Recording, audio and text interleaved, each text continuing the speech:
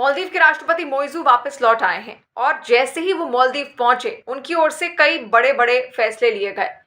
उन्होंने अपने इन फैसलों में इस बात का भी जिक्र किया कि वो भारत पर अपनी निर्भरता खत्म करना चाहता है, क्योंकि भारत पर दवाओं को लेकर, स्वास्थ्य सुविधाओं को लेकर, इसके अलावा खाने पीने के सामान को लेकर भी मालदीव निर्भर है।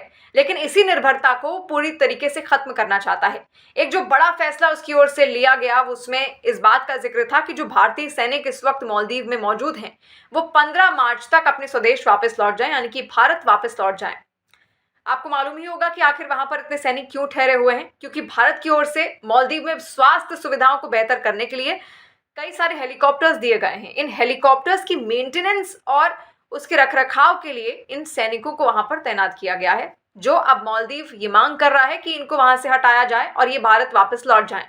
इसके अलावा जो बड़ा अनाउंसमेंट, जो बड़ा फैसला लिया गया है मालदीव की ओर से, उसने ये कह दिया है कि भारत पर अपनी निर्भरता खत्म करते हुए अब जो खाने पीने का सामान होगा वो मालदीव तुर्की से मंगवाएगा।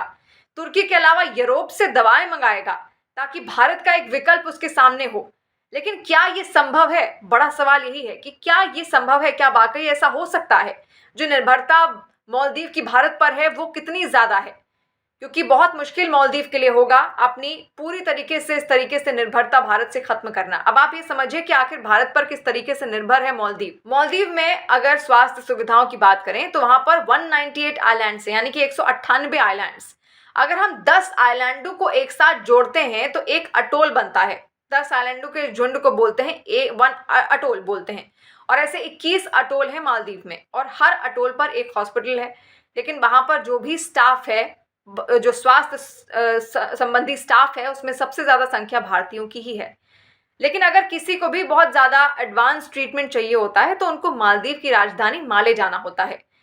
माले में भी अगर उनको इलाज नहीं मिलता तो बहुत स्पेशलाइज्ड मेडिकल ट्रीटमेंट के लिए, सर्जरीज के लिए बहुत बड़ी संख्या में मालदीव से लोग भारत आते हैं और भारत में अपना इलाज कराते हैं।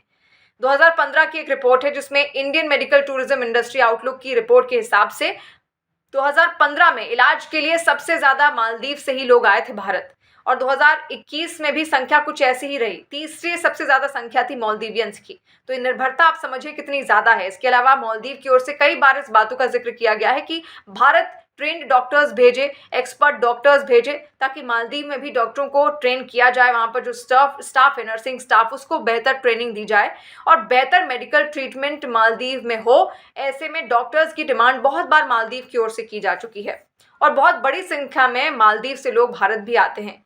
इसके अलावा जो कोविड के दौरान जो एक बहुत बुरा दौर था और ऐसे में भारत ने बहुत सारे देशों की मदद भी की। उसमें पीएम मोदी की जो पॉलिसी थी, नेबरहुड फर्स्ट पॉलिसी, उसके तहत मालदीव पहला ऐसा देश था जिसे 1 लाख कोविड वैक्सीन भेजी गई थी जो भारत में निर्मित थी। सोचिए, पहला ऐसा देश था मालदीव। तो ये निर्भरता आखिर कितनी ज्यादा है, ये आसानी से इन बातों से समझा जा सकता है। और कोविड के ही दौर में 580 टन फूड एड भी मालदीव को भेजी गई थी भारत की ओर से। इसके अलावा $250 मिलियन की सहायता मालदीव को भारत ने दी थी। और इसके अलावा वहां के जो विदेश मंत्री थे मालदीव के उस वक्त, अब्दुल्ला शाहिद, उन्होंने यूएन जनरल असेंबली में इस बात का जिक्र भी किया था जब 75वां सेशन हुआ था यूएन जनरल असेंबली का, कि भारत की ओर से उनको $250 मिलियन की सहायता भी दी गई है। और वही वक्त था जब भारत की ओर से बहुत सारे फिजिशियंस, लैब टेक्नीशियंस और पल्मोनोलॉजिस्ट मालदीव भेजे गए थे। और एक बार में 5.5 टन की दवा मालदीव भेजी गई और दूसरी बार में 6.2 टन की दवा इंडियन एयरफोर्स के जरिए मालदीव तक पहुंचाई गई थी। ये कोविड का दौर था जब इतनी सारी सहायता राशि, बहुत सारे मेडिकल इक्विपमेंट्स, इसके अलावा डॉक्टर्स भेजे गए थे मालदीव। तो तमाम सहायता किस तरीके से आखिर भारत लगातार करता आया है मालदीव की, आप समझ सकते हैं। और ये निर्भरता खत्म करना चाहता है अब मालदीव भारत से, और इसके लिए वो विकल्प के तौर पर देख रहा है यूरोप को और तुर्की को।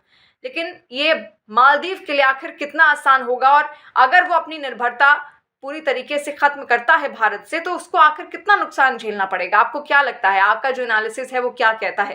क्या मालदीव अकेले टिक सकता है? भारत के बिना क्या वो टिक सकता है? आप क्या कहते हैं? कमेंट सेक्शन के जरिए जरूर बताइए।